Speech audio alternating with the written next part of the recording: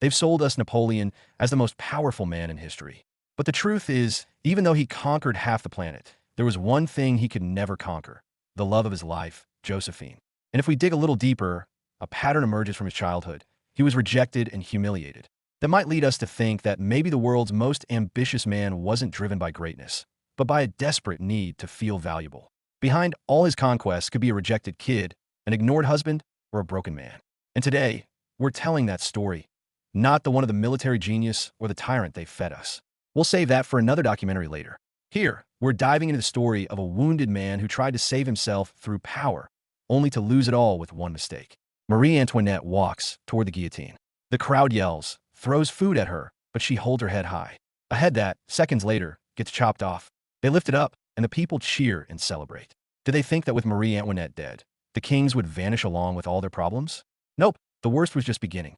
Sure, the monarchy fell, but peace didn't replace it. Something much darker did. The Reign of Terror, led by Maximilien Robespierre. Robespierre was convinced that to protect the new France they were trying to build, they had to wipe out anyone tied to the nobility. But this chaos turned into the perfect opportunity for an ambitious young guy looking to climb the ranks: Napoleon Bonaparte. The kings of the rest of Europe hear what's going down in France and freak out. They're scared their own people might turn on them too, so they decide to step in. The British roll into Toulon and take over the port. The revolutionaries gear up to defend themselves, as usual, with a straight-up, face-to-face battle. But Napoleon, though just a low-ranking officer, insists there's a smarter way: hit the ships. If the British lose their boats, they're out of food, ammo, and reinforcements. Without that, they can't hold the city. So that's what they do: set up cannons on the hills and bombard the port. The British have no choice but to retreat, and Toulon's back in revolutionary hands. Thanks to this win, Napoleon gets promoted to brigadier general, and his name starts buzzing all over Paris. Let's pause here, because to get Napoleon, we need to know where he came from. He wasn't born in France proper, but on the island of Corsica, which that very year stopped being part of Genoa and became French territory. The problem? The Corsicans weren't thrilled about the switch. Suddenly, they had to speak a new language, follow different laws, and answer to a king they didn't feel was theirs. Many saw it as an invasion. Napoleon grew up in that vibe and, naturally, started resenting the French, especially their rulers. Over time, his parents realized that if he was going to get better opportunities, he had to leave the island. So they sent him to a military school in France. But from the moment he arrived, his classmates clocked his Corsican accent, his lack of cash, and started picking on him. Feeling alone and vulnerable, Napoleon buried himself in books. He'd spend hours reading and studying, but not just anything. What hooked him were stories of great conquerors: Alexander the Great, Hannibal, and Julius Caesar. And here's the wild part: a kid who feels invaded ends up admiring the invaders. A kid who feels weak and powerless gets obsessed with tales of the mightiest men ever. Seems like that admiration wasn't just a hobby. It looks like it was his way of coping, escaping that smallness, and imagining himself as the opposite: strong, brave, and in control. Napoleon started killing it at school, especially in military strategy, and by 16, he was named a second lieutenant in the army. Everything pointed to a solid career, but he hit a frustrating wall. Back then, talent, brilliance, or hard work didn't matter much. The only thing that could get you promoted was your family name, your social class. So, no matter how hard Napoleon pushed, his career stalled until the French Revolution exploded. Turns out, Napoleon wasn't the only one fed up with the system. The whole French population was done with the privileges, the injustice, and the elites. Overnight, being part of the nobility went from an advantage to a liability. Napoleon couldn't have timed it better. It was exactly what he needed. And at the siege of Toulon, he finally got a shot to shine, and he took it. That's when his climb to power began. Napoleon returns to Paris as a hero, but when he gets there, he realizes everything's changed. Robespierre's no longer the adored leader he once was. The people, sick of all the violence, send him to the guillotine. With his death, the Reign of Terror ends, and thousands of people locked up for suspicions, gossip, or petty revenge walk free. Over 40,000 citizens, including one woman, Josephine, leave their cells. One night, at a ball, Napoleon spots her. The strap of her dress slips. She doesn't care. In fact, she likes it. She flirts with everyone, and Napoleon can't take his eyes off her. She approaches him, asks about his uniform, and realizes she's facing a man with power. The next day, a kid knocks on Napoleon's door, asking for help to get his dad's sword back. His dad was a noble, arrested and executed, and they took it. Napoleon's not interested until the kid says, "My mom says you're the only one with the power to get it back." With his ego boosted, he decides to help, fetches the sword, and delivers it personally to the kid's house. There, he meets the mom, Josephine. Napoleon asks her out and starts falling for her, but she doesn't find him attractive. Still, she's an older woman, her beauty faded. She was once noble, but now has nothing, so she plays along. Yet, she's honest with him. She tells him all the nobles died. She didn't, and it wasn't luck. She used the only thing she had left to survive, her body. She asks straight up, "Does it bother you where I've been?" He says no, and with that, Josephine does what she does best, seduces a man with power. Days later, Paul Barras, one of the 5 leading the Directory, the new French government, tells Napoleon that the royalists, who want the monarchy back, are planning an attack. He asks for his help to stop them. Napoleon agrees, but with a condition. He won't take orders from anyone. It's full control or no deal. He won't move a single soldier. Barras agrees, and on the day of the attack, Napoleon wins again, boosting his popularity even more. Napoleon and Josephine get married. He's head over heels, and she, not so much. At the wedding party, he notices something that bugs him. She's way too close to another guy, smiling and holding his arm. Napoleon doesn't say a word, but he doesn't forget. Though many paint it as a great love story, the relationship between Napoleon and Josephine seems to have been pretty sad. Let's be real, Napoleon wasn't the most charismatic or fun guy. And Josephine, well, she wasn't born in France proper, but in Martinique, a Caribbean island that was a French colony. Because of that, many, including her own husband, treated her as inferior and mocked her Creole accent. During the Reign of Terror, her noble husband was executed, leaving her alone with 2 kids, no titles, no money, totally helpless. Back then, a woman had few ways to get by. So yeah, Josephine used what she had to survive.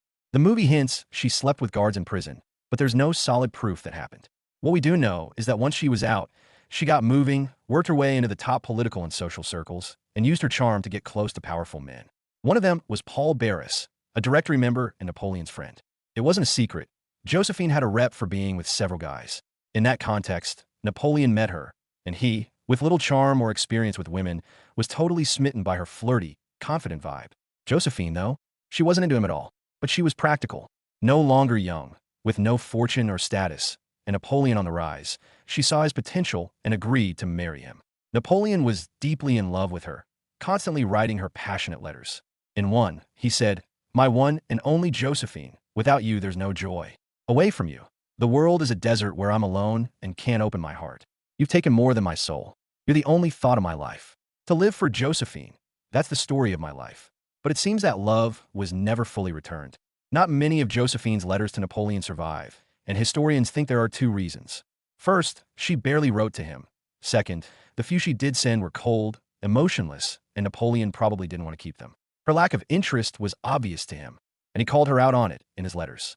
In one, he wrote, "There are many days when you don't write to me. You don't write at all. You don't love your husband.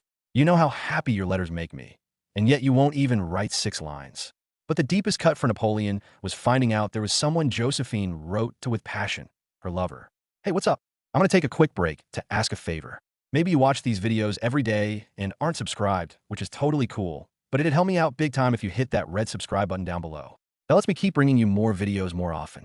Thanks so much for the support. And now let's get back to it. Napoleon starts racking up huge popularity in France, becoming a figure the people increasingly admire, which makes the Directory members nervous. Sure, he's a useful ally, but they also know that if he keeps growing, he could become a threat. So they decide to send him to Egypt, claiming it's to block England's trade route, but really it's to get him far from Paris. When he arrives, Napoleon flexes his power, ordering cannons fired at the pyramids. Honestly, that scene didn't sit right with me. Not just because it's totally fake, but because it flips the truth of what happened and who Napoleon was. He never fired on the pyramids. In fact, when he went to Egypt, he brought over 150 experts, archaeologists, architects, doctors, engineers, and linguists, to study and understand the culture. He even founded a special academy for it, the Institute of Egypt. Plus, he'd meet with Muslim leaders, dine with them, and ask about their traditions. When he heard they were debating whether to celebrate Mawlid, the Prophet Muhammad's birthday, he encouraged them, offered a space for it, and even chipped in his own money. The city partied for 3 days, and there was Napoleon, sitting as guest of honor next to the sheikh, surrounded by wise men in robes and turbans, respectfully listening to Quranic verses. Nothing like the movies take. Beyond just a military leader, Napoleon was a super cultured guy. He was into history, philosophy, and knowledge. And to me, that makes him way more interesting than the typical wild conqueror cliché. The director of this movie, Ridley Scott, tends to pull this kind of thing in other fact-based films like Gladiator or House of Gucci. Sure, it's okay to take some creative liberties, but there's a line between that and totally rewriting who someone was. So what do you think? Should a movie based on real events care about getting it right? Or does it not matter as long as it's entertaining? Napoleon writes Josephine long, intense, love-filled letters, but she doesn't reply. She's busy with her lover, Hippolyte Charles. When Napoleon learns of her infidelity, something snaps. He decides to head back to France immediately. His allies warn him it might look like desertion, but he doesn't care. He gets home and humiliates her. He forces her to apologize, to say he's the most important thing in her life, in the world. Cornered, Josephine obeys. But hours later, she pulls herself together. She looks him in the eye and, with her most seductive voice, says, "Want to be great? You're nothing without me. Say it. You're just a brute.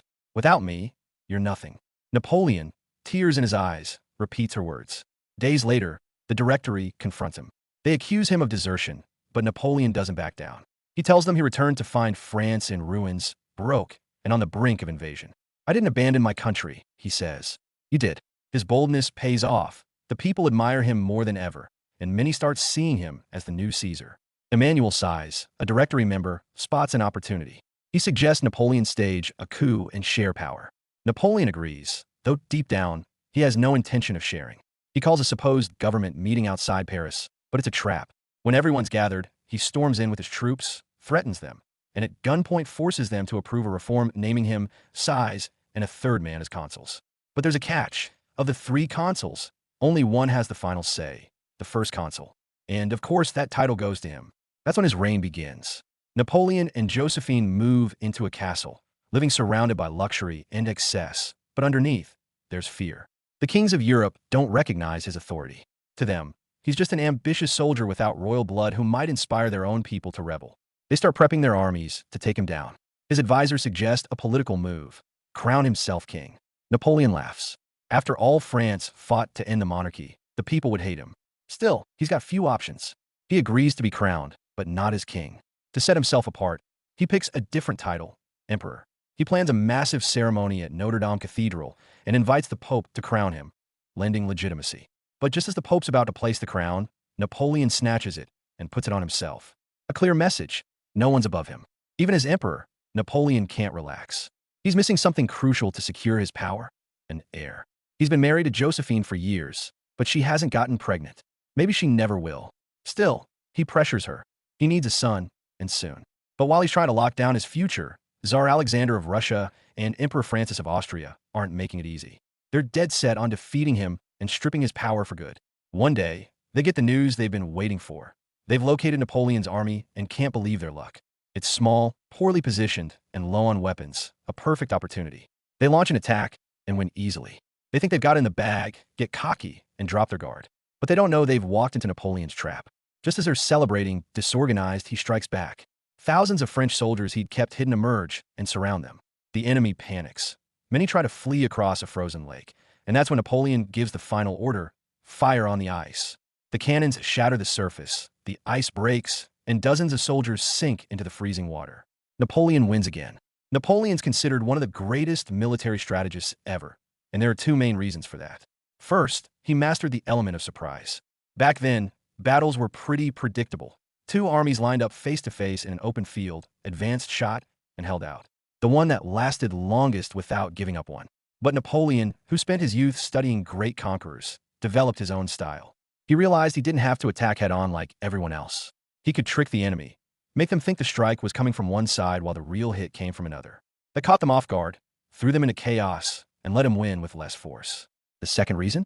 He totally changed how he moved his army. Before, armies operated as one giant unit. All the soldiers moved together, waiting for the same orders, and couldn't do much on their own. If they split up, they fell apart. But Napoleon broke his army into smaller groups, like mini armies. Each got everything it needed to operate independently: infantry, cavalry, and artillery. That let each unit make quick decisions, move fast, and attack wherever needed without always waiting for his command. Napoleon returns to his palace, surrounded by wealth and applause. But something's eating at him. He still doesn't have an heir. He needs to know if the issue is Josephine or him. To figure it out, he spends a night with a young woman. Weeks later, they confirm she's pregnant. The news crushes him because, despite everything, he still loves Josephine. In a desperate move, he asks his minister to pretend the child is his wife's, but the minister refuses. He won't lie to the nation. Napoleon's out of options and divorces the love of his life. To strengthen his power, he tries forging an alliance with Tsar Alexander of Russia. They share a common enemy, England. If they stop trading with her, they could seriously weaken her. To seal the deal, Napoleon asks for the Tsar's sister's hand, but Alexander says no. He claims she's too young, though really, he doesn't want to tie his family to Napoleon's fate. So Napoleon turns to Austria and finds another option. He marries Maria Louisa, daughter of Emperor Francis, and finally gets what he'd longed for, a son. Still, Josephine haunts his mind. He decides to visit her and bring the child. She greets him with a sad smile, hugs him, and whispers, "One day, you'll understand what I sacrificed for you." Soon after, peace with Russia falls apart. The Tsar resumes trade with England, breaking the agreement, and Napoleon won't sit idly by. He rallies Austria, Italy, Germany, and Poland, assembling a massive army. Nearly 600,000 soldiers march toward Russia, marking the beginning of the end. The Russians don't go down easy. They fight with everything they've got, and the battle is brutal. Thousands upon thousands die. Still, Napoleon insists they've won and presses on toward Moscow, confident he'll conquer it. But when he arrives, he finds a city totally deserted, not a soul in sight. And as a final blow, the Russians set Moscow ablaze. They'd rather see it burn than hand it over to Napoleon. Frustrated, he wants to keep going, saying they'll march to St. Petersburg and burn that too. But his generals stop him. Winter's coming, and they're not prepared. The horses start freezing, the men too. Still, Napoleon pushes on, but it's pointless. The cold is unbearable, hunger weakens them, and Russian attacks don't let up. They have no choice but to accept defeat. When he returns, the European leaders can't believe it. Of the 600,000 soldiers Napoleon took to Russia, only 40,000 come back alive. He's lost over 90% of his army. His enemies seize the moment and attack. With no army, no allies, and no way out, he falls. The French Senate forces him to abdicate, and, as punishment, they exile him to the island of Elba. In France, Josephine gets a visit from Tsar Alexander, who flirts with her. The news spreads and reaches Elba. Napoleon hears it and loses it. He's not about to sit there watching everything get taken from him. He escapes the island to reclaim what he believes still belongs to him, Josephine and France. Meanwhile, Josephine's health starts failing. With her last strength, she writes him a letter begging him to return, and Napoleon's already on the move. He crosses the sea, reaches France, and the moment he hits land, he kneels and kisses it. He's home at last. He gathers a small army and starts marching toward Paris. The new king, terrified, sends soldiers to stop him, but when they confront him, Napoleon steps forward, looks them in the eye, and says, "I missed you. I missed my homeland. I missed fighting by your side. I want to come home. Will you help me?" Instantly, the soldiers lower their weapons and shout, "Long live the emperor!" Napoleon's back, and France is his again. But the joy doesn't last. When he finally reaches Josephine, it's too late. She's gone, and for the first time, the invincible emperor breaks. But there's no time to mourn. The European leaders learn of his return and decide to finish him off once and for all. Though outmatched, Napoleon doesn't give up. He studies the battlefield, crafts his strategy, and sends his men in. But this time, something's different. His enemies have learned from him and now use his own tactics against him. They split into small armies and move fast. Still, Napoleon doesn't back down. He mounts his horse and joins his soldiers, and with him leading, the French regain hope. They start winning, beating the English, but then a second army shows up. The Prussians have arrived from another flank. Napoleon's trapped. He has to surrender. This time, the European leaders aren't taking chances. They exile him again, not to Elba, but to an even more remote, tinier island in the middle of the ocean, St. Helena. There, he spends his final years alone, sick and without glory. 6 years later, he dies. His last words were, "France, army, Josephine." Napoleon was one of the most powerful men in history. He turned France into an empire and reshaped Europe's map. But according to historian Andrew Roberts, he never found inner peace. Even at the peak of his power, he never felt loved or enough. If that's true, maybe everything he did, all those conquests and battles, were attempts to fill a void he felt inside. It's wild because we often think that once we hit a certain goal, success, or validation, that inner emptiness will vanish. But Napoleon's story shows that sometimes even all the victories in the world can't fill that void. Maybe it's true that void never gets filled completely, and no conquest can fully satisfy it. Maybe our mistake is believing something one day will, because that expectation sets us up for inevitable disappointment. Perhaps it's about learning to live with that lack, understanding that no goal, achievement, or destination will ever fully satisfy us. Instead, it's about walking the whole journey, keeping the search alive, building, loving, and changing things for the better. Maybe that's where our true greatness lies.